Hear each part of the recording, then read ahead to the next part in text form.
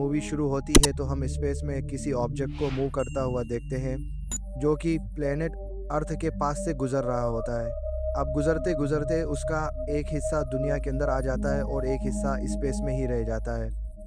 फिर कहानी प्रेजेंट की तरफ आती है जहां हमें यूएस आर्मी का एक कैंप दिखाया जाता है।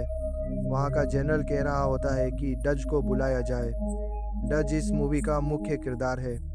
डच जनरल के पास आकर पूछता है कि क्या हुआ, आपने मुझे क्यों याद किया?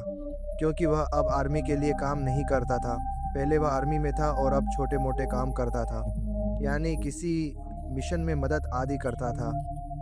जनरल उसे बताता है कि हमारा एक मिनिस्टर खो गया है। वह जगह इस जगह की दूसरी तरफ है और उसे उन लोगों ने पकड़ लिया है जो आर्मी के खिलाफ हैं और उन्हें वे गोरिल्लास कहते हैं। डच कहता है कि इसके लिए तो आपको आर्मी की ज़रूरत पड़ेगी, तो आपने मुझे क्यों याद किया? तभी पीछे से किसी की आवाज़ आती है कि तुम सबसे अच्छे हो। जब डच पीछे मुड़कर देखता है तो वहाँ उसका सबसे अच्छा दोस्त होता है। वे दोनों एक दूसरे को गले लगाते हैं। फिर हम देखते हैं कि डच आर्मी के कुछ लोगों को लेकर और अपने सबसे अच्छे दोस्त के साथ उस जगह पर पहुंच जाता है। यानी वे लोग जो यूएस आर्मी के खिलाफ हैं, वे इनमें से 2 लोगों को किडनैप करके अपने साथ ले गए थे। अमेरिकी आर्मी भी उनके पीछे आई थी, लेकिन अब यहाँ कोई नहीं था। अब वे सब योजना बनाते हैं कि हम इस बात का पता लगाएंगे कि वे हमें क्यों मारना चाहते हैं और इसका हम बदला भी लेंगे। फिर हमें ऐसा लगता है जैसे कोई अभी भी वहाँ है। उनमें से एक गोरिल्ला एक मासूम आदमी के सिर पर गोली मारकर उसे मार देता है। यहाँ बहुत संघर्ष हो रहा था।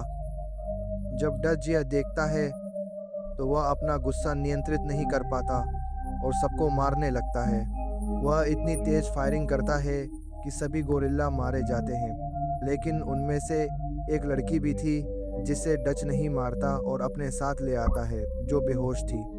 डच को यहाँ पर एक बात पता चलती है जिसे सुनकर वह बहुत गुस्सा होता है। वह जानता है कि जनरल ने उसे यह कहा था कि हमारा मिनिस्टर खो गया है और उसे ढूंढना है, पर हमला कर रहे थे और लोग गोरिल्ला को नियंत्रित नहीं कर पा रहे थे। इसलिए डच की ज़रूरत थी और इसलिए उसे बुलाया गया। डच अपने सबसे अच्छे दोस्त से कहता है कि मुझे ऐसा काम नहीं करना है, तो उसका दोस्त कहता है कि अभी भी लोग गुम हो रहे हैं और हमें कितना फ़ायदा हुआ है। हमें बहुत महत्वपूर्ण दस्तावेज़ मिले हैं जिनसे हम सारे गोरिल्लास का पता लगा सकते हैं। वे वहाँ से हथियार लेकर चले जाते हैं। उनके साथ वह कैदी लड़की भी होती है।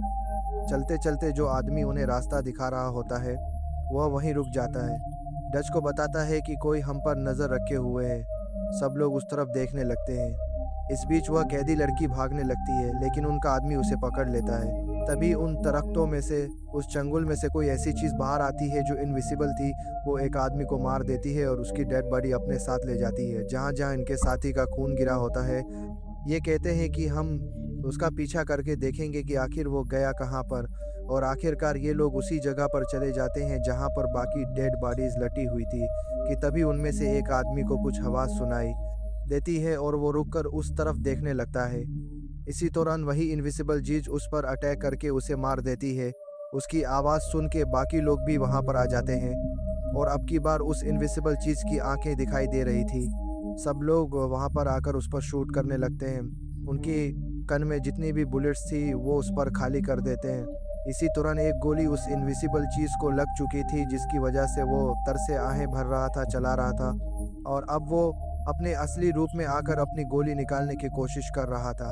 उसकी आवाज़ सुनकर सारे उस रक्त पर देखते हैं जहाँ पर वो बैठा हुआ था, लेकिन फिर वो वहाँ से गायब हो जाती है।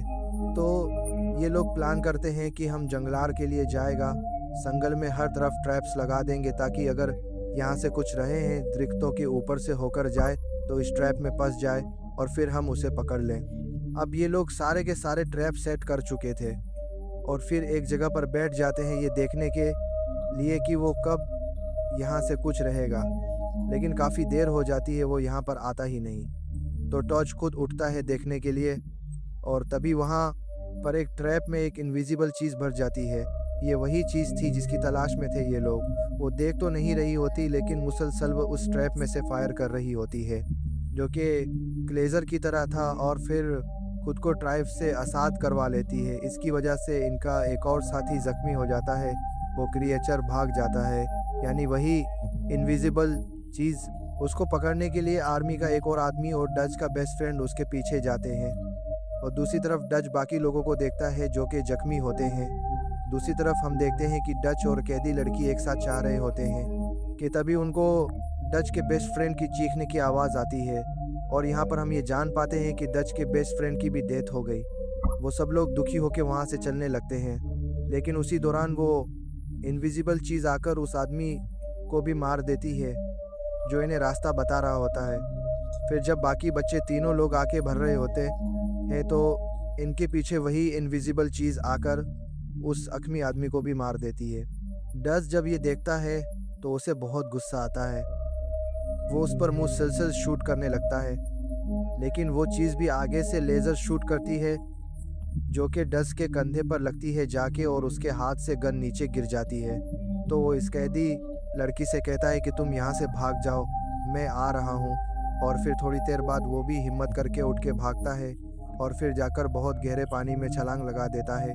वो इनविजिबल चीज़ भी उसके पीछे पानी में छलांग लगा देती है। डच आहिस्ता आहिस्ता रिंग दे हुए पानी से बाहर आता है तो उसके जिस्म पर मिट्टी लग जाती है। वो आकर दरख्तों में छुप जाता है और वो इनविजिबल चीज़ भी पानी से बाहर आकर खड़ी हो जाती है। वो डच को देख ही नहीं पा रहा था। इसके पीछे वजह ये थी कि इसके कौन से आंखें थी। इसके तो विज़न का तरीका ही अलग था। इसको चीज़ें रेड और ग्रीन कलर में नज़र आती थी। और अब क्योंकि डच की पूरी बॉडी पर मिट्टी थी तो वो इसकी बॉडी के अंदर मौजूद खून को नहीं देख पा रहा था, जिसकी वजह से इसे लग रहा था कि डच भी बाकी मिट्टी जैसा है, बाकी तख्तों जैसा है।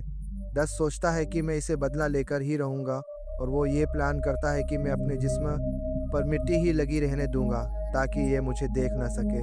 फिर वो जंगल में बहुत सारे ट्रैप्स लगाता है और फिर अपने हाथ में एक शम्मा जलाता है, यानी एक लकड़ी पर आग लगा के अपने हाथ में उठाता है और ज़ोर से चलाता है ताकि वो क्रीचर, वो इनविजिबल चीज़ इसकी तरफ अट्रैक्ट हो। उस क्रीचर को ये तो नज़र नहीं आ रहा था, लेकिन उसको उसके हाथ में लगाई गई आग ज़रूर नज़र आ रही थी और वो फिर आग दूसरी तरफ फेंक देता है, जिससे वो इनविजिबल चीज़ उस आग का पीछा करने लगती है। और डच को आग के धुएं की वजह से इनविजिबल चीज़ साफ दिखाई दे रही थी अब, और इसी बात का फ़ायदा उठाते हुए वो उस पर अटैक कर देता है। डच इस पर मसलसल अटैक्स कर रहा था जिससे वो जख्मी बढ़ रहा था। अब डच एक फाइनल बॉम्ब उसकी तरफ फेंकता है, लेकिन उससे खास फर्क नहीं पड़ता।